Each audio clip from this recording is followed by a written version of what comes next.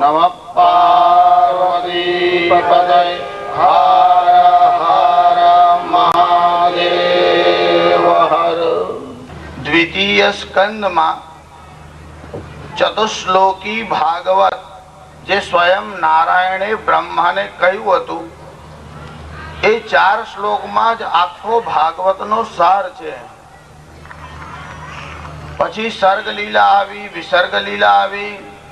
અત્ર સર્ગ વિસર્ગશ્ચ સ્થાનમ પોષણ મૂતય. પછી બ્રહ્માંડની સ્થિતિનો વિચાર આવ્યો. પોષણ જેને પુષ્ટિ લીલા કહેવાય તેનો વિચાર થયો. સ્થાનમ પોષણ મૂતય. પછી ઉતિ લીલાનો વિચાર થયો.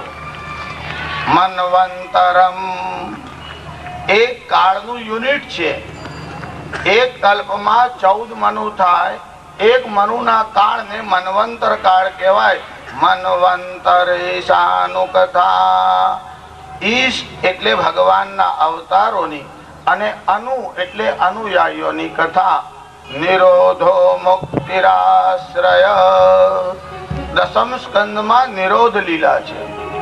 એકાદશ સ્કંદમાં મુક્તિ લીલા છે અને દ્વાદશ સ્કંદમાં આશ્રય લીલા છે. આ એકાદશ સ્કંદના આરંભમાં યદુવંશના બાળકોએ ઋષિઓનો મજાક કર્યો. જો સ્વયં ભગવાન યદુવંશમાં આવ્યા હતા. શાસ્ત્રનો એક એવો નિયમ છે કે કોઈ વંશ કે કોઈ વ્યક્તિ એનું ડેવલપમેન્ટ થાય પછી એક સીમા એવી આવે કે ત્યાં વંશ છે એની સમાપ્તિ થઈ જાય. ઘટના બને છે. અલ્પાયુષો કાં તો એનું આયુષ્ય ઓછું હોય. ચાહે ભગવાન આદ્ય શંકરાચાર્ય હોય કે વિવેકાનંદ હોય, પણ એમનું આયુષ્ય ઓછું હતું. અલ્પાયુષો દરિદ્રો યા તો દરિદ્રી હોય અને હ્યનપત્યો ન સંશય કાં તો એને સંતાનનું સુખ ન મળે, પુત્ર ન મળે. આ 3 માંથી એક દુર્ઘટના તો થાય જ. જ્યારે ભગવાન શ્રી કૃષ્ણે પોતાની લીલાઓને સમેટવાની ઈચ્છા કરી ત્યારે એવો પ્રસંગ બન્યો કે પિંડારક નામનું એક ક્ષેત્ર છે. ત્યાં બધા ઋષિઓ બેઠા હતા અને ભગવાનનો જે પુત્ર છે એટલે જામવતીથી ભગવાનને સાંબ નામનો પુત્ર થયો. આ સાંબ યાદવ કુમારો સાથે જ્યાં ઋષિઓ હતા ત્યાં પિંડારક ક્ષેત્રમાં ગયા. આ યદુવંશના બાળકોની મતિભ્રમ થઈ હતી અને મતિભ્રમને કારણે તેમને ઋષિઓનો મજાક કર્યો, ઋષિઓની પરીક્ષા કરવાનો વિચાર કર્યો. આ યાદવ કુમારોએ સાંબ જે હતો ને એને સાડી પહેરાવી દીધી, એનું પેટ આમ મોટું બનાવી નાખ્યું. પછી ઋષિઓના પાસે જઈને આવો પ્રશ્ન પૂછ્યો કે આ જે સ્ત્રી છે એ કોને જન્મ આપશે? છોકરાને જન્મ આપશે કે છોકરીને જન્મ આપશે? જો કોઈ પ્રેગ્નન્ટ લેડી હોય અને એને એવું જાણવું હોય કે એને ત્યાં જે સંતાન થવાનું છે તે પુત્ર છે કે પુત્રી, તો એનો જ્યોતિષ શાસ્ત્રમાં ઉપાય અને જવાબ છે. પણ આ તો જિજ્ઞાસાથી નહોતા ગયા, ઋષિઓનો મજાક કરવા માટે ગયા. બાકી સમજો તમારે આ જાણવું હોય તો તમને આ ફોર્મ્યુલા જાહેરમાં કહી રાખો. જે કન્યા સગર્ભા હોય એનું નામ પૂછવું. નામાક્ષરાણી ત્રિગુણીકૃતાની. એના જે નામના અક્ષર હોય એને 3 વડે મલ્ટીપ્લાય કરો. નામાક્ષરાણી ત્રિગુણીકૃતાની. તુરંગ દેશે એમાં 5 ઉમેરો. તુરંગ દેશે એમાં એનું પ્લેસ ઓફ બર્થ એટલે જન્મનું જે સ્થળ છે એના અક્ષરો એમાં ઉમેરો. તુરંગ દેશે તિથિ મિશ્રિતાની. પછી પંચાંગમાં જ્યારે પ્રશ્ન કર્યો હોય ત્યારે પ્રશ્નની તિથિ જોઈ લો, એ પણ એમાં એડ કરો. અષ્ટોચ ભાગે એને 8 વડે ડિવાઈડ કરો. લભતે ચ શેષમ. પછી જે રિમાઇન્ડર વધે એ કાં તો ઓડ નંબરમાં હોય કાં તો ઇવન નંબરમાં હોય, એટલે કે એકી સંખ્યામાં હોય કાં તો બેકી સંખ્યામાં હોય. સમે ચ કન્યા વિષમે ચ પુત્રમ. સમ થાય તો કન્યા અને વિષમ થાય તો પુત્રનો જન્મ થાય. પણ તમે આવું જલ્દી કોઈને કહેતા નહીં. એમાં શૂન્ય આવે તો મિસ ડિલિવરી થાય, પણ તમને જ્યાં સુધી તિથિ અને ઘડી પરનું જ્ઞાન ન હોય ત્યાં સુધી ઉતાવળા થઈને કોઈને કહેવું નહીં. બાકી તો આંધળાના ઢેફા જેવું છે, નાખો બે માંથી એક તો થવાનું જ છે. સાંભને જિજ્ઞાસાથી નહોતા લઈ ગયા, ઋષિઓની મજાક કરવા માટે લઈ ગયા. અને ઋષિઓની સામે આ બધા યદુકુમારો આવ્યા અને પૂછ્યું કે કહો આ સ્ત્રીને કન્યાનો જન્મ થશે કે પુત્રનો? અને ઋષિએ ક્રોધમાં કહ્યું કે ન તો આ કન્યાને જન્મ આપશે, ન તો આ પુત્રને જન્મ આપશે, તમારા કુળનો નાશ થાય એવા મુસલને જન્મ આપશે. અને થયું પણ એવું. જયારે આ સામનું વસ્ત્ર એટલે સાડી હતી તેને આમ ખોલી તો એમાંથી એક મુસળ નીકળી. હવે તો આ યદુવંશીઓના મનમાં ભય થયો. શ્રી કૃષ્ણને પૂછ્યા વગર શ્રી કૃષ્ણની અનુપસ્થિતિમાં આ કામ કર્યું હતું. એટલે શું કર્યું? મુસલ જે હતું ને એને ચૂરો કરી નાખ્યો. અને ચૂરો જે હતો એ ત્યાં નાખી દીધો, પણ એના નીચે જે લોખંડનો ટુકડો હતો એ સમુદ્રમાં નાખી દીધો. એક માછલી ગળી ગઈ. મુસલનો જે ચૂરો કરી અને નાખ્યો તેમાંથી એરકા નામનું ઘાસ નિર્માણ થયું. પછી યાદવોએ શરાબ પીધી અને એ જે એરકા નામનું ઘાસ જે હોય છે એ દર્ભના જેવું તીક્ષ્ણ હોય છે. એ જો તમે હાથ ઉપર આમ લપેટો અને પછી કોઈને આમ ફેટ મારો તો એનું આખું આ મોઢા ઉપર લોહી લુહાણ થઈ જાય. આ યાદવોએ શરાબ પીધી, અંદર અંદર લડ્યા અને યાદવોનો નાશ થયો.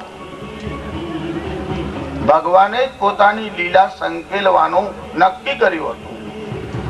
પછી દ્વિતીય અધ્યાયથી તત્વજ્ઞાનનો વિષય આરંભ કર્યો. એકવાર દેવર્ષિ નારદ વસુદેવજીને ત્યાં ગયા.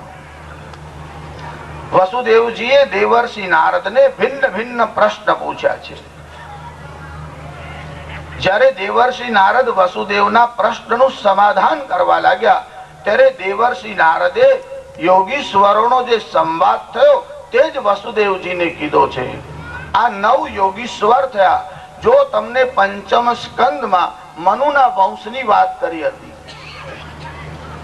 જે મનુનો વંશ ચાલ્યો એમાંથી આકુતિ, દેવહૂતિ અને પ્રસૂતિ નામની કન્યા થઈ અને ઉત્તાનપાદ અને પ્રિયવ્રત નામના રાજા થયા. પછી મેં તમને ઇન્દ્રનો પુત્ર જયંત અને એની બહેન જયંતી જે ઋષભદેવની સાથે વિવાદ થયો હતો એ ઋષભદેવને 100 પુત્ર થયા. એમાંનો એક એટલે ભરત, જેને આપણે જળ ભરત કહીએ છીએ. વેદોમાં પ્રવૃત્તિ ધર્મ અને નિવૃત્તિ ધર્મ બંનેનું વર્ણન આવે છે. એમાં ઋષભદેવના 81 જે પુત્રો હતા એ બધા પ્રવૃત્તિ ધર્મ તરફ વળ્યા અને એમના જે 9 પુત્રો હતા એને 9 ખંડના અધિપતિ બનાયા. બાકીના જે 9 પુત્રો હતા એ 9 યોગેશ્વર થયા. આ 9 યોગેશ્વર છે એ જનક રાજાના વંશમાં જે થયા તેને ઉપદેશ આપે છે. એ 9 યોગેશ્વર છે. કવિર હરિર અંતરિક્ષ પ્રબુદ્ધો પીપલાયન આવિર્હોત્રોત દ્રુમિલશ્ચમસકર ભાજન. આ 9 યોગેશ્વર થયા. એમાં પહેલા કોણ છે? કવિ છે. આ તમે જે એક પ્રસિદ્ધ શ્લોક બોલો છો ને, કાયેન વાચા મનસેન્દ્રિયેર્વા બુદ્ધ્યાત્મના વા પ્રકૃતે સ્વભાવાત કરોમિ યદ યદ સકલમ પરસ્મૈ નારાયણાયેતિ સમર્પયેતત અથવા નારાયણેન સમર્પયામિ. જો હું જે કંઈ કર્મ કાયા, વાણી અને મનથી કરું છું એ ભગવાન નારાયણને અર્પણ કરું છું. અહીંયા શરણાગતિની વાત છે. કવિ નામના યોગેશ્વરે જે ઉપદેશ આપ્યો તેમાં એમને સંપૂર્ણ શરણાગતિ કેવી રીતે કરાય તે સમજાવ્યું છે. હરિ અને અંતરિક્ષ છે એમને ભક્તિનો મહિમા, વૈરાગ્યનો મહિમા અને ઈશ્વરની પ્રાપ્તિનો માર્ગ આ વિષયનું વર્ણન કર્યું. પછી માયાના તરવાના ઉપાય કયા અને માયાના લક્ષણો કયા એનો વિચાર કર્યો. જેમાં દત્ત ભગવાન જે અવતાર લઈને આવ્યા એના 24 ગુરુઓની કથા છે. આપણે ત્યાં ઘણા બધા ઋષિ થયા છે. આપણે તો એવું સમજતા હોય કે જેની દાઢી મોટી હોય એટલે ઋષિ કહેવાય. એવું વસ્તુતઃ ઋષિઓમાં પણ જુદી જુદી રેન્ક છે. એમાં પણ દેવર્ષિ, બ્રહ્મર્ષિ, રાજર્ષિ, પરમર્ષિ, ભેલર્ષિ, કાંડર્ષિ, શ્રુતર્ષિ. જેમ કે નારદાદયો દેવર્ષિ, નારદને દેવર્ષિ કહેવાય. વશિષ્ઠાદ્યા બ્રહ્મર્ષય, વશિષ્ઠને બ્રહ્મર્ષિ કહેવાય. વ્યાસાદયો મહર્ષય, એમાં વેદવ્યાસ છે તેને મહર્ષિ કહેવાય. ત્યારે દેવર્ષિ, બ્રહ્મર્ષિ, રાજર્ષિ, પરમર્ષિ, ભેલર્ષિ, કાંડર્ષિ, શ્રુતર્ષિ એવી ઋષિઓની જુદી જુદી રેન્ક એટલે શ્રેણી છે. એમાં પણ બધા ઋષિ મંત્ર દૃષ્ટા છે એવું નથી. કેટલાક મંત્ર દૃષ્ટા ઋષિ છે. જેમ કે અત્રિ નામના જે ઋષિ છે એ મંત્ર દૃષ્ટા ઋષિ છે. ઋગ્વેદના આખા મંડળના મંત્ર દૃષ્ટા ઋષિ અત્રિ છે. આજે તમે ગ્રહણના વિષયમાં કોઈ વાર ટીવી ઉપર જુઓ છો, એમાં કોઈ વાર એસ્ટ્રોનોમીના જ્ઞાતા હોય. એસ્ટ્રોલોજી નહીં, એસ્ટ્રોનોમી એટલે ખગોળ શાસ્ત્ર અને જ્યોતિષ શાસ્ત્ર બેમાં ભેદ.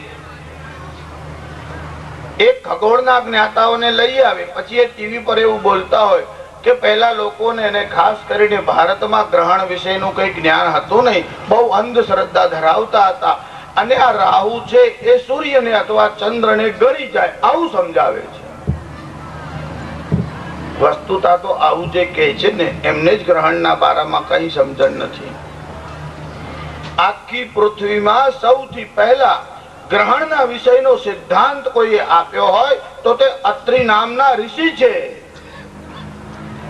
એના પછી તો બધા બહુ વર્ષો પછી બધાએ બહુ ચર્ચા કરી, બહુ વિસ્તાર કર્યો. પછી તો છેક 2742 ઈસવીસન પૂર્વ આર્યભટ્ટે તેનો ઉલ્લેખ કર્યો. છાદયતી, ગ્રહણ થાય એટલે શું થાય છે? ઢાંકે છે શશિ સૂર્યને, શશિ સ્વયં ઢંકાય ભૂમા થકી. એક જ વાક્યમાં સૂર્ય ગ્રહણ અને ચંદ્ર ગ્રહણ બંનેની વ્યાખ્યા આર્યભટ્ટે આપી. તમે ઓક્સફોર્ડની યુનિવર્સિટીમાં જાઓ અને એની ડિક્શનરીમાં જુઓ કે રેન્ડમ હાઉસની ડિક્શનરી જુઓ, ગ્રહણને સમજાવવા માટે 3 લીટીમાં લખ્યું છે, એક પેરેગ્રાફ છે, અને એમાં પણ સૂર્ય ગ્રહણ પાછું ચંદ્ર ગ્રહણ માટે જુદી વ્યાખ્યા છે. અને કેવળ શબ્દો વધારવા સિવાય રહસ્યમાં કઈ વધારો નહીં, અને ગણિતમાંની કોઈ ચોખવટ નહીં. આ તારીખે સૂર્ય ગ્રહણ થશે એવું કહેવાય નહીં, પણ સૂર્ય ગ્રહણ અમાવાસ્યાએ જ થાય એવું અમે ભારતીય લોકો કહીએ છીએ. એવી રીતે ચંદ્ર ગ્રહણ આ જ તારીખે થાય એવું કહી ન શકાય. અમે કહીએ કે દરેક પૂર્ણિમાએ ચંદ્ર ગ્રહણ થાય. હવે હમણાં ખગોળ અને ગણિતના વિષયમાં જતો નથી. મારે તો મૂળ વાત કરવાની છે કે જે મંત્ર દૃષ્ટા ઋષિ અત્રિ છે એમને ત્યાં ભગવાન દત્ત આવ્યા, એટલે દત્ત, દુર્વાસા અને ચંદ્ર એમનો પ્રાદુર્ભાવ એમને ત્યાં થયો. એ દત્ત અવતાર લઈને આવ્યા તો પણ ગુરુની મહિમા બતાવવા માટે 1 2 નહીં, એમને 24 ગુરુ કર્યા. અરે પરમાત્મા પણ અવતાર લઈને આવે તો ગુરુની મહિમા બતાવવા માટે ગુરુ ગૃહમાં જાય છે. દૃષ્ટાંતો નૈવ દૃષ્ટ ત્રિભુવન જઠરે સદગુરુર જ્ઞાન દાતુ સ્પર્શશ્ચેતત્ર કલ્પ્ય સનયતિ યદો સ્વર્ણતામસ્મસારમ ન સ્પર્શત્વમ તથાપિ શ્રિત ચરણ યુગે સદગુરુ સ્વીય શિષ્યે સ્વીયમ સામ્યમ વિધત્તે ભવતિ નિરૂપમસ્તે નવા લૌકિકોપી. દૃષ્ટાંતો નૈવ દૃષ્ટ, આ 3 ભુવનની જઠરમાં સદગુરુને આપી શકાય એવું એક પણ દૃષ્ટાંત નથી. કદાચ તમે એવું કહો કે એને પારસમણીની ઉપમા આપીએ તો ના, કારણ પારસમણી તો લોઢાને સોનું બનાવે છે, પણ પારસત્વ આપી દેતો નથી. આ તો સ્વીયમ સામ્યમ વિધત્તે, આ તો શિષ્યને પોતાના જેવો એટલે કે બ્રહ્મવિદ બ્રહ્મૈવ ભવતી, બ્રહ્મ સ્વરૂપ બનાવે છે. ઉપનિષદોમાં વર્ણન છે, યથા નદ્યાહ, જેમ નદી સમુદ્રમાં મળે ત્યારે પોતાના નામ અને રૂપને ખોઈ નાખે અને સમુદ્ર રૂપ થાય છે, એમ શિષ્ય બ્રહ્મની ઉપાસના કરતા કરતા બ્રહ્મ સ્વરૂપ થાય છે. પણ એ ત્યારે જ થાય કે સદગુરુમાં આ બે ક્વોલિટી હોય. શ્રોત્રિયમ બ્રહ્મનિષ્ઠમ, જે શ્રોત્રિય એટલે વેદનો જ્ઞાતા છે, અને બ્રહ્મનિષ્ઠ એટલે જેની બ્રહ્મમાં નિષ્ઠા છે. જે સદાચારી છે અને શ્રુતિ એટલે વેદનો જ્ઞાતા છે, એવા ગુરુથી જ પરમ તત્વની પ્રાપ્તિ સંભવ છે, શક્ય છે. પણ દત્તાત્રેય તો જેની પાસેથી સારી સારી વાત શીખવા મળી એ બધા પાસેથી લીધી. બુદ્ધિમાન માણસે શું કરવું? સારમ ગ્રહતિ પંડિતા. બુદ્ધિમાન એ છે કે જે સાર સાર લઈ લે છે. દત્ત તો સિદ્ધ યોગી છે, એમને ગુરુની આવશ્યકતા નથી. છતાં પણ જેમ તમે એબીસીડી બોલો છો એ તમે ગોખતા નથી, બાળકને ગોખાવવાના માટે તમે બોલો છો, એમ દત્ત ભગવાન આવ્યા ત્યારે એમને ગુરુનો મહિમા બતાવવા માટે ગુરુ કર્યા છે. 1 2 નહીં 24 ગુરુઓ કર્યા. પૃથ્વી, એમાં એમને પૃથ્વીને ગુરુ બનાવી. એનું કારણ પૃથ્વીનો સ્વભાવ છે કે પૃથ્વી સહનશીલ છે. ચાહે ટાળ પડે, તાપ પડે, વરસાદ પડે, આ ધરતી બધું સહન કરે છે. એટલે તો સ્ત્રીના જે લક્ષણ લખ્યા કે પત્ની કેવી હોવી જોઈએ, ક્ષમયા ધરિત્રી, એ પૃથ્વીની જેમ ક્ષમાશીલ હોય, સહનશીલ હોય. પૃથ્વી જેમ સહનશીલ છે એમ પતિની ગમે તેવી અવસ્થા હોય તો પણ સ્ત્રી એને સહન કરે, એટલે ધરતીના જેવી સહનશીલ હોય. અહીંયા દત્તાત્રેય પૃથ્વીનો આ ગુણ જોયો અને ધરતીને ગુરુ બનાવી. આ જે 5 તત્વ છે ને એના વિશિષ્ટ ગુણધર્મો પણ છે. હવે આપણે હમણાં પૂર્ણાહુતિ તરફ જઈ રહ્યા છે ને ભાગવતજીનો વિષય તો બહુ વિસ્તાર વાળો છે. 2-4 વાર્તા કરીને મટકી ફોડો એટલે ભાગવત થઈ જાય એવું લોકો સમજતા હોય છે. ભાગવતનો વિષય તો બહુ વિસ્તાર વાળો છે. આપ એટલે જળ, જળને ગુરુ બનાવ્યો. જળનો સ્વભાવ કેવો છે? જળ શીતલ છે, એ જળનો સ્વભાવ છે. જળની પાસેથી શીતલતાનો ગુણધર્મ લીધો. બીજું, જળમાંથી તમે એક ખોબો પાણી લઈ લો તો એમાં ખાડો પડતો નથી. એટલે તમારી પાસેથી કોઈ કઈ લઈ લે તો ઘટતું નથી. કદાચ દ્રવ્ય તમે કરોડપતિ હોય અને 1 રૂપિયો કોઈને આપો તો કરોડ -1 થાય. પણ તમારી પાસે વિદ્યા હોય અને કોઈને આપો તો એમાં કઈ પણ ઓછું ન થાય. આ એક જ ધન એવું છે. એટલે તો વિદ્યા ધન વિશ્વમાં મહાન છે. એનું કારણ વાપરવાથી વધે છે, બાકી બીજા બધા ધન આપવાથી ઘટે છે. વિદ્યા ધનમ સર્વ ધનમ પ્રધાનમ. પૃથ્વી, આપ, તેજ, એટલે જેને તમે તેજ કહો છો તે અગ્નિ તત્વ જે છે તે, એનું કામ પ્રકાશ આપવાનું છે, ઉષ્ણતા આપવાનું છે. એટલું જ નહીં, સૂર્યનો જે તેજ છે એમાં વનસ્પતિ પોતાનો ખોરાક બનાવે છે. આપણે ત્યાં તો સૂર્ય સંબંધી બધા બહુ સ્તોત્ર છે અને સૂક્ત પણ છે. તમે જે લોકો આ બ્રાહ્મણો રુદ્રીનો પાઠ કરે છે ને એમને ખબર છે કે 3જા અધ્યાયમાં જે વર્ણન આવે છે એમાં સૂર્યનું સૂક્ત છે, એમાં સૂર્યનારાયણનું વર્ણન છે. તો સૌથી પહેલું આકાશ છે. ઓમ ખમ બ્રહ્મ, એવું તમે જે વેદમાં બોલો છો એમાં ખમ શબ્દનો અર્થ શું છે? ખમ એટલે આકાશ. ઘણી વાર તમે નાના છોકરાઓને જોયા છે, એમના હાથમાં કોઈ વાસણ હોય, પછી તમે પૂછો કે આ શું છે? કે તપેલી. તપેલીમાં શું છે? એટલે કે કઈ નથી. એટલે કઈક તો હશે. તો કે ના, ખાલી ખમ. હવે ખમ એટલે શું? આકાશ. એમાં આકાશ તત્વ તો છે. છોકરાઓને એવો રૂઢિપ્રયોગ અને અર્થની ખબર નથી. અરે મોટાઓને ખબર નથી, છોકરાઓને ક્યાં ખબર? આપણે બોલીએ છીએ ખરા, ખ એટલે આકાશ, એટલે પક્ષીઓને ખગ કહેવાય છે. આકાશમાં ગમન કરનાર એટલે એનું નામ ખગ છે. એ જે આકાશ તત્વ છે એ નિર્લેપ છે. વરસાદ પડે પછી તમે આમ આકાશમાં હાથ ફેરવો તો આકાશ ભીનું ન હોય. વરસાદ પડ્યા છતાં આકાશ ભીનું થઈ શકતું નથી. આકાશની જેમ નિર્મલ રહેવું એવું આકાશની પાસેથી શીખ્યા. આકાશાદ વાયુ, એમને વાયુને પણ ગુરુ બનાવ્યું. વાયુનું કામ વહન કરવાનું છે. તમે કોઈ વસ્તુ છે, તમારી પાસે કોઈ સુગંધી દ્રવ્ય છે, તમે આમ ઢોળો અને વાયુ જતો હોય તો એ વાયુ જે દિશામાં જાય ત્યાં પણ સુગંધને લઈ જાય છે. વાયુનું કામ વહન કરવાનું છે. તમારી પાસે જે દિવ્ય વિચાર છે એને વહન કરીને સમાજ પુરુષના લોહીમાં પહોંચાડો. આવું વાયુના દ્વારા શીખ્યા. વાયોર અગ્નિ, અગ્નિથી પાક સિદ્ધિ થાય છે. પાક એટલે તમે જે રસોઈ બનાવો છો એ અગ્નિ દ્વારા સિદ્ધ થાય છે. અગ્નિ પ્રકાશ આપે છે અને વિવેકથી ઉપયોગ ન કરો તો અગ્નિ બાળી મૂકે છે. અગ્નિમાં બાળવાની શક્તિ છે, અગ્નિમાં પચાવવાની શક્તિ છે, અગ્નિ પ્રકાશ આપે છે. એટલું જ નહીં, માણસનું જે અસ્તિત્વ છે આ શરીરના અંદર અગ્નિ છે, એને કહેવાય જઠરાગ્નિ. તમે જે ખાવ છો એ જઠરાગ્નિને કારણે પચે છે. જો જઠરમાં અગ્નિ ન હોય એટલે તો એને મંદાગ્નિ, ખાધેલું ન પચે તો તમે કહો છો અમને ઇનડાઇજેશન થયું છે, એટલે મંદાગ્નિ છે. પહેલા તો આ 5 તત્વ છે તેને ગુરુ બનાવ્યા, એની પાસેથી એક એક વાત શીખી. પછી એમને પ્રાણીઓને પણ ગુરુ બનાવ્યા અને આ ભિન્ન ભિન્ન પ્રાણીઓ પાસેથી પણ ભિન્ન ભિન્ન વાત શીખ્યા. આ ભિન્ન ભિન્ન પ્રાણીઓ કોણ છે?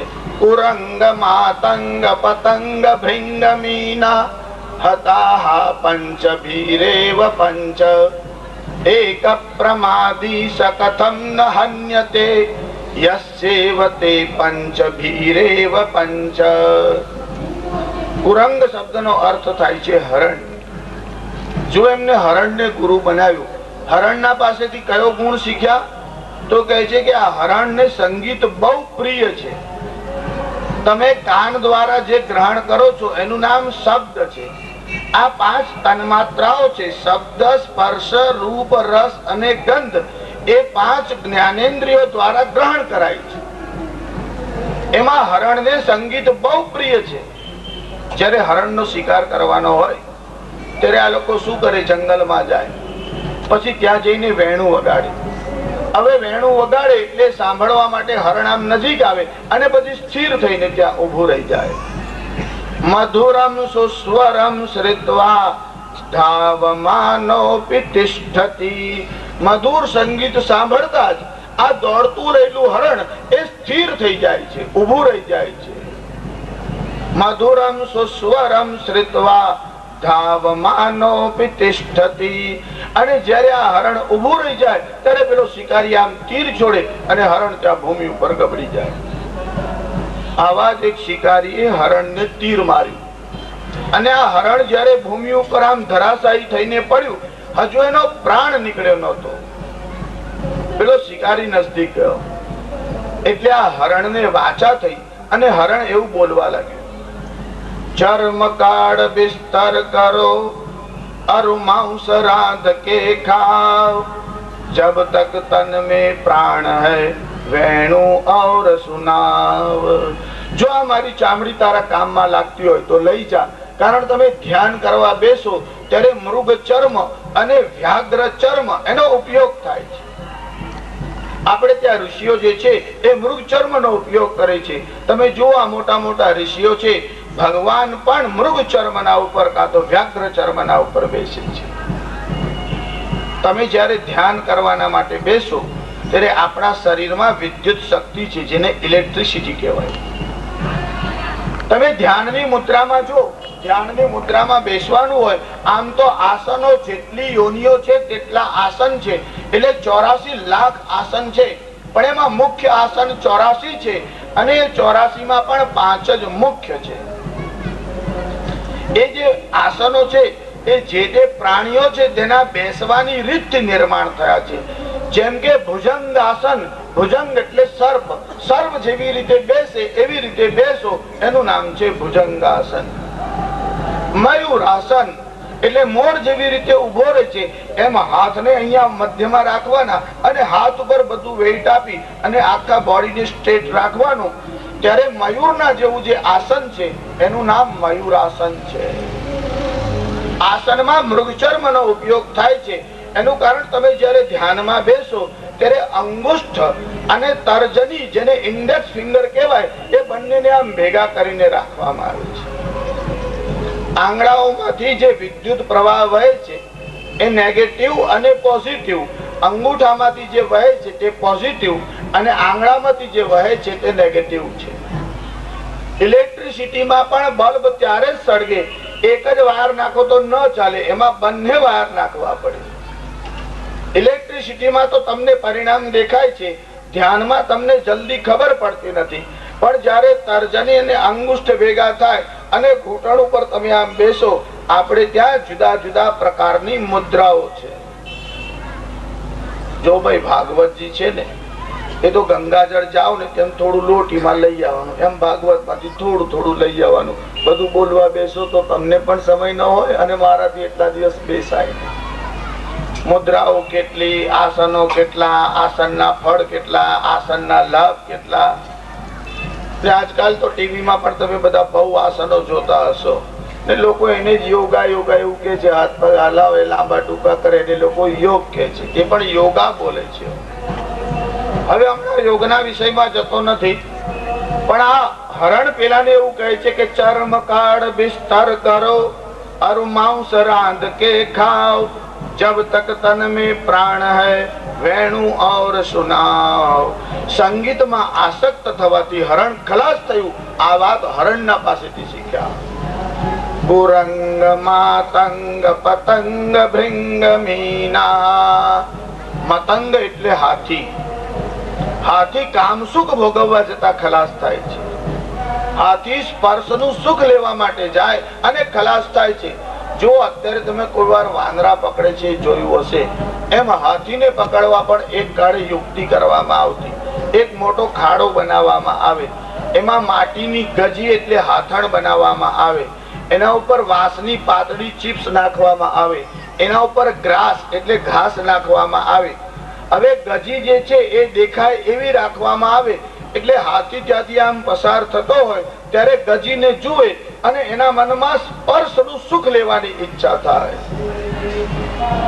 ગજીમ દૃષ્ટવા ગજેન્દ્રોપી હર્ષોત્કર્ષેણ વિહ્વલ પ્રધાવન કામ વેગેન ગર્તે પતતિ સંકટે. આ ગજીને જોયા પછી કામ સુખ ભોગવવાની ઈચ્છાથી હાથી આમ દોડે અને પેલી વાંસની પાતળી ચીપ્સ હોય એટલે અંદર પડે અને માટીની જે ગજી બનાવી હોય એમાં એના પગ ફસાઈ જાય. પછી એને 15 દિવસ મહિના સુધી ભૂખ્યો રાખવામાં આવે, પછી એને અંકુશ વડે વશમાં લેવામાં આવે. ત્યારે ઇન્દ્રિય સુખ ભોગવવાની ઈચ્છાથી હાથી ખલાસ થાય છે. એટલે સ્પર્શનું સુખ ન લેવું એવો બોધ હાથી પાસેથી. કુરંગ માતંગ પતંગ ભૃંગ મીના. પતંગ એટલે જેને પતંગિયું કહેવાય છે. આ પતંગિયું જે છે ને એને દીવાની જ્યોત બહુ ગમે, એટલે જ્યાં દીવો મીણબત્તી સળગાયા હોય ને ત્યાં દીવાઓની આસપાસ જ પતંગિયાઓ ફર્યા કરે. દીપમ દૃષ્ટવા પતંગોયમ આલ્હાદેનૈવ નૃત્યતિ. દીવાને જોયા પછી આ પતંગિયાઓ નૃત્ય કરવા લાગે છે. દીપમ દૃષ્ટવા પતંગોયમ આલ્હાદેનૈવ નૃત્યતિ નેત્રાભ્યામ પ્રેરિતો દીપ. એને આંખને પેલા દીવાની રોશની ખેંચે છે. પતિતમ સંવિનશ્યતિ. છેવટે એ જ દીવા ઉપર પડે અને એનું મરણ થાય છે. લૌકિક કવિઓએ આનો જ ભાષામાં એટલે પ્રાકૃત ભાષામાં અનુવાદ કર્યો અને લખ્યું કે પતંગો દાજતા દીવે છતાં એની ઉપર જીવે મરે, પણ પ્રેમ રસ પીવે મોહબ્બત હો તો એસી હો. હવે જો આ ઉર્દુનું જે મોહબ્બત છે ને, હવે હમણાં ભાષાઓમાં વધારે વિસ્તારથી જતો નથી, પણ મોહબ્બત શબ્દ કેવી રીતે આવે છે? મોહ અને વત એટલે જેવું. જેમ કે શર્કરા વત એટલે ખાંડ જેવું, એના પરથી શરબત શબ્દ બન્યો. એ શુદ્ધ સંસ્કૃત શબ્દ છે શર્કરા. પછી એમાં શર્કરા વત અને એનાથી શરબત એવો શબ્દ ઉર્દુમાં આવ્યો. અહીંયા બધા પ્રાણીઓની વિશેષતા બતાવવામાં આવી છે કે આ પતંગિયું દીવા ઉપર નાચવા લાગ્યું અને છેવટે એમાં પડીને ખલાસ થયું. એટલે રૂપના પાછળ જો માણસ ખેંચાય તો એનું અધપતન થાય છે.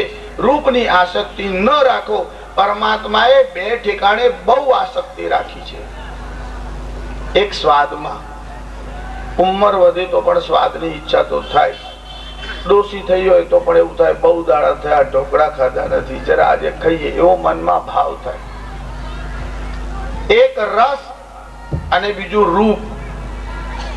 70 વર્ષની ઉંમર થઈ હોય તો પણ રૂપમ દેહી, જયમ દેહી, યશો દેહી, દ્વિષો દેહી, આ બધા બ્રાહ્મણો બોલે. હવે તારે 70 વર્ષે રૂપ લઈને કઈ જવું છે? ભગવાનનું નામ લે. પણ રૂપ અને રસ એમાં બહુ તૃષ્ણા છે. સોપારી ન ખવાય તો આમ ખાંડીને પણ ખાય, પણ સોપારી તો જોઈએ. એટલે રૂપમાં અને રસમાં વધારે તૃષ્ણા રાખેલી છે. પતંગ માતંગ કુરંગ ભૃંગ મીના, અને એનો જ પાઠ ભેદ શંકરાચાર્ય વિવેક ચૂડામણીમાં આપ્યો છે. એમાં કુરંગ માતંગ પતંગ ભૃંગ મીના, ભૃંગ એટલે ભમરો, અને એનો જ પાઠ ભેદ શંકરાચાર્ય વિવેક ચૂડામણીમાં આપ્યો છે. એમાં કુરંગ માતંગ પતંગ ભૃંગ મીના, ભૃંગ એટલે ભમરો. એને રસમાં આનંદ આવે છે, સુગંધમાં આનંદ આવે છે. જો મધમાખી અને ભમરો એ બંને રસમાં કોમન છે, પણ ભમરાને ગંધ માટે વિશેષ આસક્તિ છે. એ જ ભમરો સુગંધ લેવાના માટે જ્યારે કોઈ ફૂલના ઉપર બેસે, અને વિશેષ કરીને કમળના ઉપર વધારે બેસતો હોય છે. સંધ્યાકાળનો સમય હતો. આ કમળ જો સવારમાં તમે લાવ્યા ત્યારે કેવા દેખાતા હતા, હવે કેવા દેખાય છે. પણ કદાચ એ સરોવરમાં હોય ને તો જરા વધારે સમય સુધી આમ ખીલેલા રહે, પછી સૂર્ય અસ્ત થાય એટલે ધીરે ધીરે આ પાન ભેગા થવા લાગે. ત્યારે આ ભમરો આવી અને કમળના ફૂલના ઉપર બેઠો, અને સૂર્ય અસ્ત થવાનો હતો અને કમળ બીડાઈ ગયો. આમ તો ભમરામાં એવી તાકાત છે કે લાકડાને પણ કોચી નાખે, પણ કમળના પાનને કોચી શકતો નથી. એવો એક ભમરો કમળમાં કેદ પુરાયો હતો. એટલે અંદર બેઠા બેઠા વિચાર કરતો હતો કે રાત્રિર્ગમિષ્યતિ ભવિષ્યતિ સુપ્રભાત બસવાનુદેશ્યસી હસિષ્યસી પંકજશ્રી. પ્રાતઃકાલ થશે, સૂર્યનો ઉદય થશે, આ કમળ ખીલશે અને હું અંદરથી બહાર આવી. હજુ તો એનો આવો વિચાર ચાલતો હતો, એટલામાં એક હાથી ત્યાં આવ્યો અને પોતાની સૂળ વડે પેલા કમળને આમ લીધું, અને હા હંત હંત નલિની ગજ ઉજ્જહાર, અને કમળને ખેંચીને આમ નાખ્યું, અને આમ પગ મૂક્યો, કમળને રોંધી નાખ્યું. એમાં પેલો ભમરો પણ કચડાઈને ખલાસ થઈ ગયો. ગંધનો આનંદ લેતા લેતા ભ્રમર ખલાસ થાય છે. કુરંગ માતંગ પતંગ ભૃંગ મીના, અને મીન એટલે માછલી. માછલી સ્વાદનો આનંદ લેવાને માટે જાય છે. એટલે માછલીને પકડે ત્યારે આ લોકો શું કરે, એક કાંટો હોય ને એમાં કોઈ જીવડાને આમ ખોસે, કોઈ વાર પેલા લોટની ગોળી પણ નાખે. એટલે ખાવાના લોભથી માછલી આવે અને ખાવા જાય એટલે પેલો ઉપરથી આમ કાંટો ખેંચે, એટલે માછલી એમાં વિંધાઈ જાય. એક વાર આ મત્સ્ય એટલે માછલાને મારવા માટે એક માછીમાર કિનારા ઉપર આવ્યો, એક કાંટો લીધો અને એમાં એક અળસિયાને કોઈ જીવને એમાં વીંધી નાખ્યો અને કાંટો પાણીની અંદર નાખ્યો. હવે આ જીવને અંદર ખોસ્યો, એનો પ્રાણ નીકળ્યો નહોતો, અને જ્યાં એને પાણીમાં આમ નાખ્યું એટલે માછલી આમ નજીક ખાવાની ઈચ્છાથી આવી. અને જેવી માછલી આમ નજીક આવી અને મોઢું ખોલે ત્યાં પેલા એ માછલીને સાવધાન કરી કે મેં મારા તેરે લીએ, તારે લીધે મારે મરવું પડ્યું, મારો તો ઉપયોગ છે જ નહીં, મને તમને ક્યાં છેલ્લે નાખી જ દેવાનો છે, તારે લીધે તો મારે મરવું પડ્યું. કે મેં મારા તેરે લીએ તું ન મર મેરે લીએ, પણ તું મારા માટે પ્રાણ આપીશ નહીં. ઘર તું મરી મેરે લીએ તો ઉપર ખડા તેરે લીએ, તારો બાપ ઉપર ઉભો છે, આમ ખેંચશે એટલે ખલાસ. અને જ્યાં ખાવા માટે આવી ત્યાં પેલા ઉપરથી આમ કાંટો ખેંચ્યો અને માછલીના તાળવામાં લાગ્યો. સ્વાદ લેવાને માટે જે માછલી ગઈ તે ખલાસ થઈ ગઈ. ત્યારે શબ્દ સ્પર્શ રૂપ રસ અને ગંધ, એમાં જે સ્વાદ છે એનો સંબંધ રસ જોડે છે. એટલે તો આ જીહવાનું નામ રસના છે, એનાથી ટેસ્ટ ખબર પડે છે. તમે આંખ બંધ કરીને મોઢાના ઉપર કોઈ આમ કે મોઢું ખોલે સાકર રાખે, તમને ખબર પડે કે નહીં કે આ સાકર છે? કેવી રીતે ખબર પડે છે? સ્વાદથી ખબર પડે છે. બીજી બધી જ્ઞાનેન્દ્રિયો એક એક કામ કરે છે. જેમ કે આંખ છે એનું કામ જોવાનું છે, આંખ સાંભળી શકતી નથી. એમાં અપવાદ એક જ છે કે જે સર્પ હોય ને તે આંખથી સાંભળે છે, એટલે સર્પનું નામ ચક્ષુશ્રવા છે. આ 5 પ્રાણીઓ 5 એક એક ઇન્દ્રિયનો આનંદ લેવા જતા ખલાસ થયા. જેમ કે સંગીતનો આનંદ લેવા જતા હરણ ખલાસ થયું, સ્પર્શનો આનંદ લેવા જતા હાથી ખલાસ થયો, રૂપનો આનંદ લેવા જતા પતંગિયા ખલાસ થયા, અને માછલી સ્વાદનો આનંદ લેવા જતા ખલાસ થઈ. યસ્સેવતે પંચ ભીરેવ પંચ. માણસને તો પાંચે પાંચ ઇન્દ્રિયોનું સુખ જોઈએ છે. એની સ્થિતિ શું થશે? તમે લોકો ઘણીવાર ટીવીમાં જોતા હશો, આ બધા મોટા લોકો, મોટા એટલે રૂપિયા વાળા, મોટા એટલે બુદ્ધિમાં મોટા નહીં, સત્કર્મમાં મોટા નહીં, પણ રૂપિયામાં મોટા આવે પછી બગાડ બહુ આવે.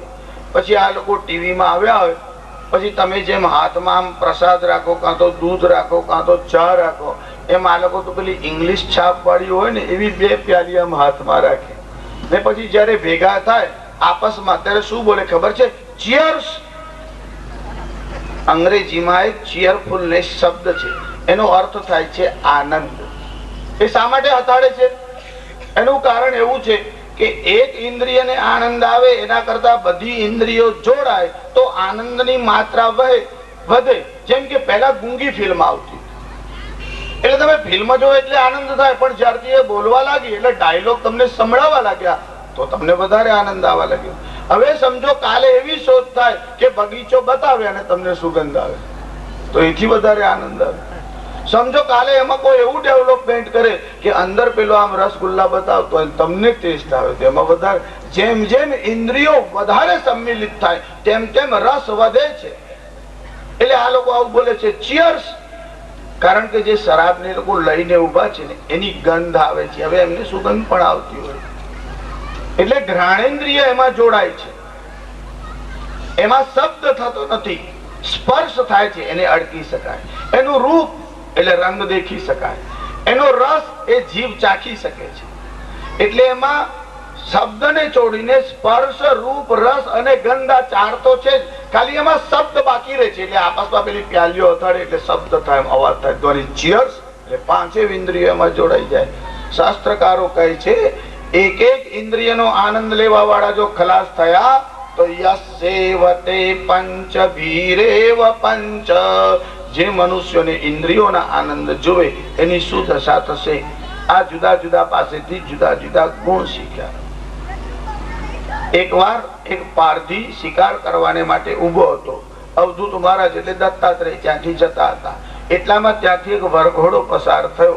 એ વરઘોડાનો એટલો બધો અવાજ આવતો હતો પણ પેલો પારધી જે હતો એનું ચિત્ત તો પેલા પક્ષીમાં એટલે લક્ષ્યમાં જ હતું અને એને વીણી નાખ્યું. ત્યારે એમના મનમાં વિચાર આવ્યો કે જો ધ્યાન કરવું હોય તો આ પારધી જેવી એકાગ્રતા જોઈએ. એ એકાગ્રતાનો ગુણ પારધી પાસેથી શીખ્યા, એને પણ ગુરુ બનાવ્યો.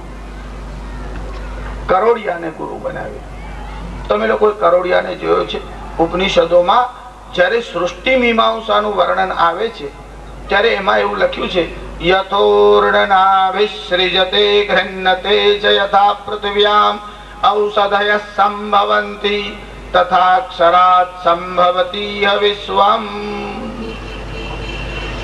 પૂર્ણ નાભી એટલે કરોડિયો. જેમ કરોડિયો પોતાની લાળમાંથી જાળ બનાવે છે અને પોતે જેમાં ફસાઈ જાય છે એમ જીવ સંબંધ તો વધારે છે લાભ માટે, પણ જેમ જેમ સંબંધ વધતા જાય તેમ તેમ મોહ વધે છે, એમાં જ ફસાય છે અને પાછો ખલાસ થાય છે. આ કરોડિયાની પાસેથી શીખ્યા. પછી એમને મધમાખીને ગુરુ બનાવી. આ મધમાખીનો સ્વભાવ કેવો છે? શુક્લ પક્ષ હોય ને ત્યારે એમાં બધું મધ સંચિત થાય અને કૃષ્ણ પક્ષમાં ધીરે ધીરે બધું ખેંચી લે. મધમાખી મધ સંગ્રહે ખંતે કદી ન ખાય. એ ખાલી ભેગું જ કરે, ખાઈ શકતી નથી. કે મધમાખી મધ સંગ્રહે ખંતે કદી ન ખાય. પારધી પાછળ પડી સગડું લૂટી ખાય. સિયાવર રામચંદ્ર કી જય. આજે મધ ભેગું થયું હોય તેમાં પેલો પારધી આવે, આવી ધૂણી આમ કરે અને માખીઓ ઉડે એટલે મધ લઈ લે. ત્યારે સંચિત કરે છે, ભેગું કરે છે, પણ ખાઈ શકતી નથી. એટલે જે લોકો ધનનો સંગ્રહ કર્યા કરે વાપરતા જ નથી, એવા લોકો ધન ભેગું તો કરે છે, ઉપયોગ કરી શકતા નથી. એવું આ મધમાખીની પાસેથી શીખ્યા, એને પણ ગુરુ બનાવ્યું.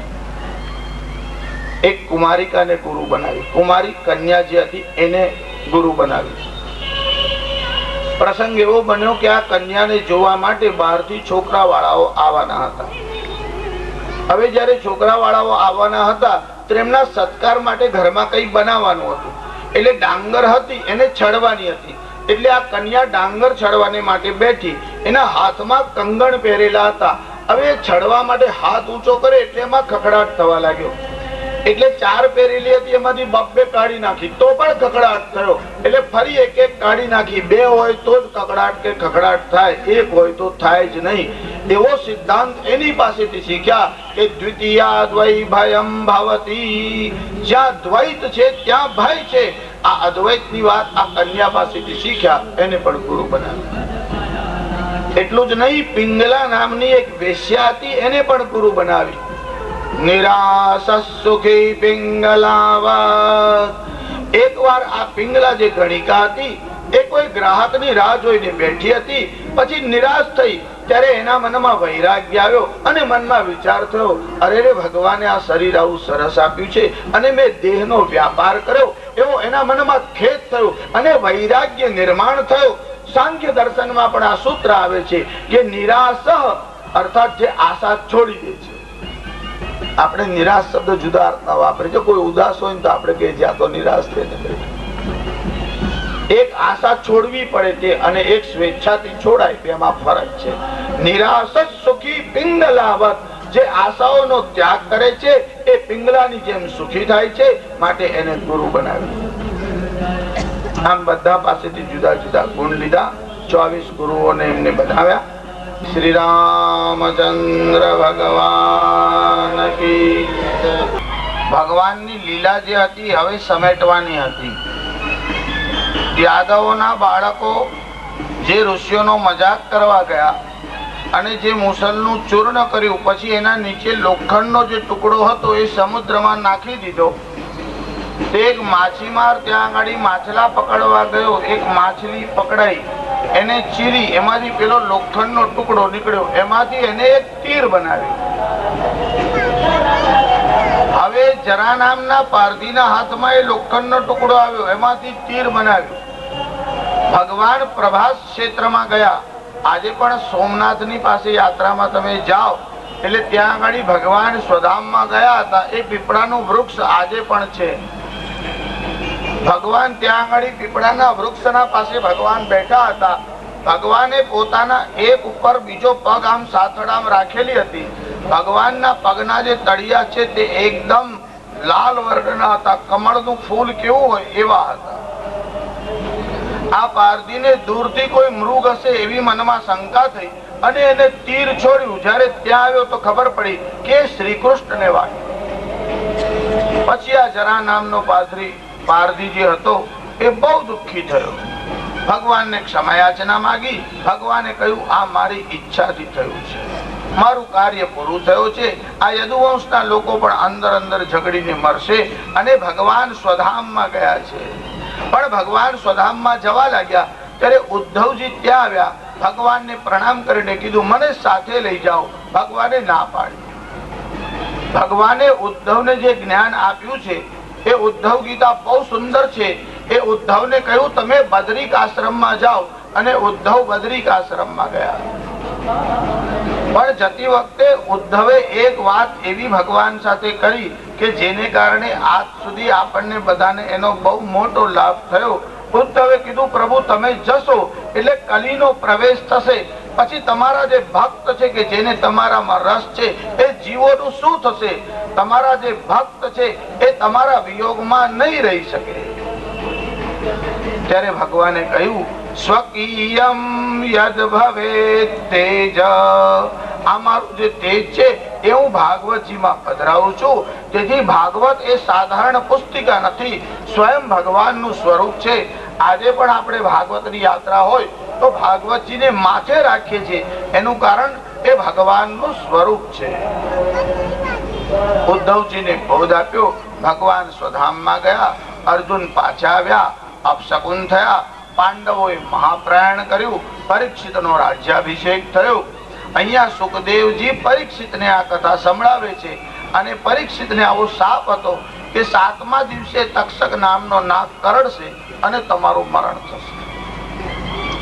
7મા દિવસે પરીક્ષિત આ કથા સાંભળતા હતા. એમનો કાળ નજીક હતો. તક્ષક નાગ ત્યાં આવવાનો હતો. એટલે સુખદેવજીને પ્રણામ કર્યા અને સુખદેવજીનું પૂજન કર્યું. સુખદેવજીએ કહ્યું, જ્યાં સુધી હું અહીં છું ત્યાં સુધી તક્ષક આવી શકે નહીં. તક્ષક એક કાળ છે અને કાળ જે નૈષ્ઠિક બ્રહ્મચારી છે એને ખાઈ શકતો નથી. આ સુખદેવજી તો સાક્ષાત શંકરના અપરાવતાર છે. પછી પરીક્ષિતે સુખદેવજીની પૂજા કરી અને સુખદેવજી ત્યાં જે ભિક્ષુકો અને જે પરમહંસ કોટીના સંન્યાસી આવ્યા હતા તેમની સાથે ગયા. સુખદેવજી અંતર્ધાન થયા. શ્રી સુખદેવજી મહારાજ કી જય. પરીક્ષિતને છેલ્લો ઉપદેશ આપ્યો.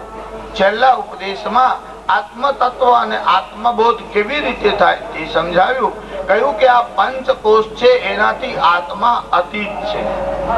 જેમ કે આ તકિયો છે એના ઉપર 5 કવર હોય, એની અંદર રૂ હોય. તમારે રૂને જોવું હોય તો એના 5 કવર પહેલા ફાડવા પડે. એમ જે આ પંચકોશ છે એનાથી ઉપર જાઓ ત્યારે તમને આત્માની પ્રતીતિ થાય. હવે પરીક્ષિતને આ ઉપદેશ આપ્યો હતો. પરીક્ષિતનો કાળ નજીક હતો પણ પરીક્ષિતે પોતાના મનને પરમાત્મામાં લીન કર્યું. સુખદેવજી ગયા તે પહેલા પરીક્ષિતે સુખદેવજીની પરિક્રમા કરી સુખદેવજીને પ્રણામ કરીને કહ્યું કે તમે મને શ્રી કૃષ્ણના દર્શન કરાવ્યા છે, હવે મને કાળનો ભય રહ્યો નથી. પછી સુખદેવજી તો ચાલ્યા ગયા. આ તરફ તક્ષક નાગ પરીક્ષિતને ડસવાના માટે નીકળ્યો છે. જ્યારે આ તક્ષક નાગ આવવા લાગ્યો, આ તક્ષક નાગ છે ને એના 3 મુખ છે. આ તક્ષક જે કાળ છે ને એ કેવી રીતે જીવને ડસે છે. જો તમે જયારે જમવા માટે બેસો ત્યારે તમારી થાળીમાં જે ગ્રાસ હોય એમાં એક ગ્રાસ તમે આમ મુખમાં મૂકો, પછી બીજો ઉપાડો, તે આમ હાથમાં રાખો. એક મોઢામાંનો ગ્રાસ છે, એક હાથમાંનો ગ્રાસ છે અને એક થાળીમાંનો ગ્રાસ છે. જે મોઢામાંનો ગ્રાસ છે એ વૃદ્ધ છે, કારણ કે મોઢામાં છે તરત જ ઉતરી જવાનો છે. હાથનો છે એને થોડી વાર લાગશે. એટલે જે વૃદ્ધ છે એની જવાની તૈયારી છે. હાથમાં જે છે એ યુવાન છે, બસ મોઢામાં મૂકે એટલી વાર છે. કાળ પુરુષની ઝપટ લાગે એટલે બધું ખલાસ થઈ જાય. હરતિ નિમેષાત કાલઃ સર્વમ. એક જ ક્ષણમાં કાળની ઝપટમાં બધું હરાઈ જાય છે. અને જે થાળીમાંનો ગ્રાસ છે એ બાલ્યાવસ્થા છે. એટલે આ બાલ્યાવસ્થા, યુવાવસ્થા અને વૃદ્ધાવસ્થા ત્રણેયને માટે કાળ રાહ જોઈને ઉભો છે. એ કાળ પરિસ્થિતિને ડસવા માટે આવ્યો. જ્યારે તક્ષક નાગ બ્રાહ્મણનું રૂપ લઈને આવવા લાગ્યો ત્યારે કશ્યપ નામનો એક બ્રાહ્મણ મળ્યો. જો આ કશ્યપ ઋષિ જુદા છે અને આ કશ્યપ બ્રાહ્મણ જુદો છે. મહાભારત અને ભાગવતની વંશાવલી એટલી બધી છે કે કોઈ વાર નામને કારણે ભ્રાંતિ નિર્માણ થાય. આ કશ્યપ નામનો બ્રાહ્મણ ત્યાં આવ્યો. તક્ષક નાગને પૂછ્યું, તું ક્યાં જાય છે? કીધું, પરીક્ષિતને ડસવા માટે જાઉં છું. જો તું પરીક્ષિતને ડસીશ તો મારી પાસે એવી વિદ્યા છે કે હું પરીક્ષિતને પાછો જીવિત કરીશ. તક્ષક નાગ કહેવા લાગ્યો, બીજો કોઈ સાધારણ સર્પ કરડે અને તું રક્ષા કરે એવું બને. હું જેને કરડું છું એની રક્ષા કોઈ કરી ન શકે. ત્યારે આ કશ્યપ બ્રાહ્મણે કીધું કે જો તારે મારા મંત્રનું સામર્થ્ય જોવું હોય તો કોઈને ડસીને પ્રયોગ કરી દો. ત્યાં એક મોટું વિશાળ વડનું વૃક્ષ હતું અને આ તક્ષકે વડનું જે વૃક્ષ હતું તેના મૂળમાં આમ દંશ માર્યો. એના ઝેરને કારણે ક્ષણવારમાં આખું વૃક્ષ ભસ્મીભૂત થઈ અને ભસ્મનો ઢગલો હોય એવી રીતે ત્યાં પડ્યું. ત્યારે વડના વૃક્ષ ઉપર એક વ્યક્તિ ચડેલો હતો. એ પણ વડની જોડે ભસ્મીભૂત થઈને અંદર પડી ગયો. પછી પેલા કશ્યપ બ્રાહ્મણે કહ્યું કે હવે મારું સામર્થ્ય જો. એને હાથમાં જળ લઈ અને ભસ્મના ઢગલા ઉપર અભિમંત્રિત કરીને નાખ્યું. એ વૃક્ષ પાછું એવું ને એવું ઊભું થયું અને જે પેલો વ્યક્તિ મરી ગયો હતો એ પણ પાછો એવો ને એવો સજી. હવે તક્ષક નાગને ખાતરી થઈ કે આ મંત્ર વિદ્યામાં નિપુણ બ્રાહ્મણ છે. કહ્યું કે આને તો 7મા દિવસે મરશે એવો સાપ છે, એટલે તું તારી બુદ્ધિ અને શક્તિનો ઉપયોગ આમાં ન કરીશ. એના બદલામાં તને જે કઈ જોઈએ તે હું આપું. અને એને ધન આપી અને આ કશ્યપ બ્રાહ્મણને ત્યાંથી વિદાય કર્યો. જ્યાં પરીક્ષિત બેઠા હતા ત્યાં તક્ષક આવ્યો. પણ તક્ષકના આવતા પહેલા પરીક્ષિતના શરીરમાંથી એક દિવ્ય જ્યોતિ બહાર નીકળી અને પરમાત્મામાં સમાઈ ગઈ. સુખદેવજી જેવા વક્તા હોય અને પરીક્ષિત જેવા શ્રોતા હોય તો 7 દિવસમાં મુક્તિ થાય જ છે, એમાં કોઈ સંદેહ નથી. કારિકા કણ લોભેન કથા સારસ્તતો ગતઃ. કથા અને યોગમાંથી સાર ગયો. એના ઘણા કારણોમાં એક કારણ લોભ પણ છે. પછી તો પરીક્ષિતનો મોક્ષ થયો. તક્ષક નાગ ત્યાં આવ્યો, પરીક્ષિતને ડસ્યો. પરીક્ષિત ત્યાં ઢળી પડ્યા. પરીક્ષિતના છોકરાનું નામ જન્મેજય. આ જન્મેજય મનમાં વિચાર કર્યો, મારા પિતાને આ ડસ્યો છે, મારા પિતાનું મરણ થયું છે, હું આખી સમગ્ર નાગ જાતિને બાળી દઈશ. એને એક યજ્ઞ કર્યો, એનું નામ સર્પ યજ્ઞ રાખ્યું. એમાં બધા મોટા મોટા સર્પોને લાવી અને હોમવા માંડ્યા. આ જન્મેજયના મનમાં બહુ રોષ આવ્યો. છેવટે બધા સર્પ આવવા લાગ્યા. આ તક્ષક નાગને ભય થયો. એટલે તક્ષક નાગે શું કર્યું? જઈ અને ઇન્દ્ર લોકમાં ગયો.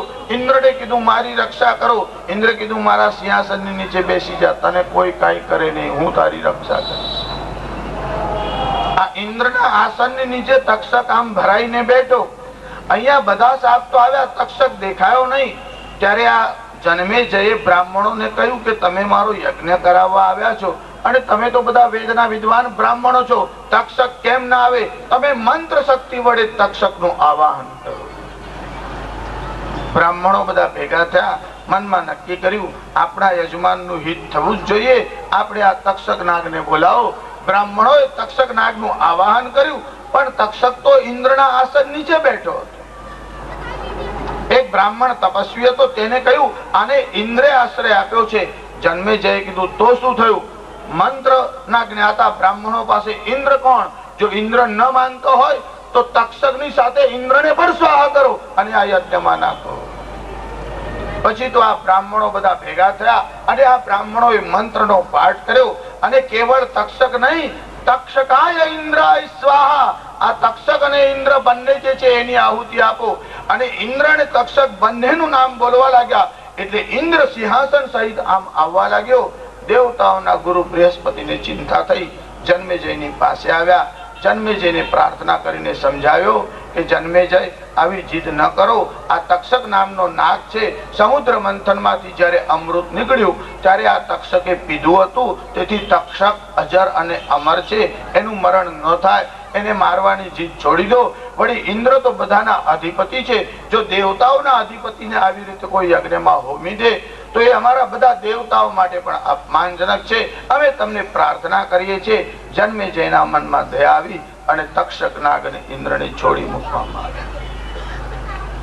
આ 12મા સ્કંદમાં ભાગવતજીનું મહાત્મ્ય ફરી આવશે અને એમાં વેદોનો વિસ્તાર કેવી રીતે થયો તેનું વર્ણન છે.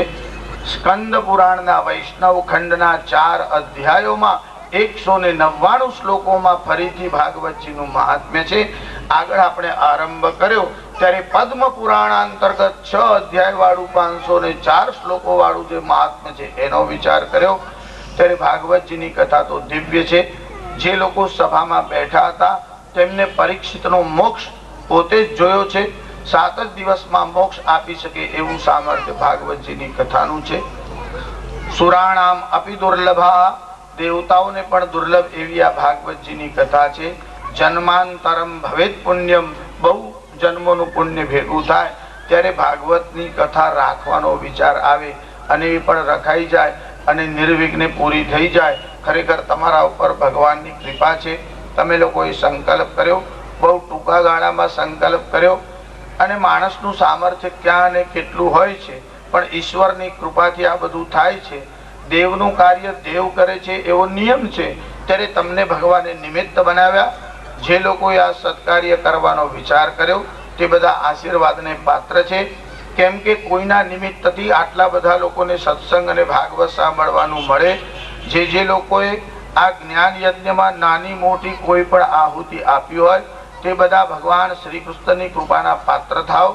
સર્વેત્ર સુખિનઃ સંતુ, સર્વે સંતો નિરામયા, સર્વે ભદ્રાણિ પશ્યન્તુ, મા કશ્ચિત દુઃખ ભાગ ભવેત. ઓમ શાંતિ શાંતિ શાંતિ. આ 7 દિવસ સુધી આપણે આ જ્ઞાન યજ્ઞનો વિચાર કર્યો. જેટલો સમયનો અવકાશ હતો એટલી અવધિમાં આટલા મોટા ગ્રંથને ન્યાય આપવાનું કામ બહુ કઠિન છે, છતાં પણ આપણે પ્રયત્ન કર્યો. આ 7 દિવસ દરમિયાન જાણતા કે અજાણતા આપણાથી કોઈ પાપ થયું હોય, જાણતા કે અજાણતા આપણાથી કોઈ ભૂલ થઈ હોય, એ બધાના પ્રાયશ્ચિત્ત માટે આપણે પહેલા 3 વાર બધા એક સાથે હરે નમઃ એવું બોલીશું અને પછી 5 વાર વિષ્ણવે નમઃ બોલીશું. પછી જયઘોષ કરીશું. 1 મિનિટ નામ સંકીર્તન ચાલશે અને પછી આપને જે કઈ સૂચના હશે તે આપવામાં આવશે. આપણે બધા એક સાથે પહેલા 3 વાર બોલીશું. હરે નમઃ, હરે નમઃ, હરે નમઃ, વિષ્ણવે નમઃ, વિષ્ણવે નમઃ, વિષ્ણવે નમઃ, વિષ્ણવે નમઃ, વિષ્ણવે નમઃ. શ્રી બાલકૃષ્ણલાલ કી જય. ભાગવત ભગવાન કી જય. સુખદેવજી મહારાજ કી જય. નમઃ પાર્વતી પતये.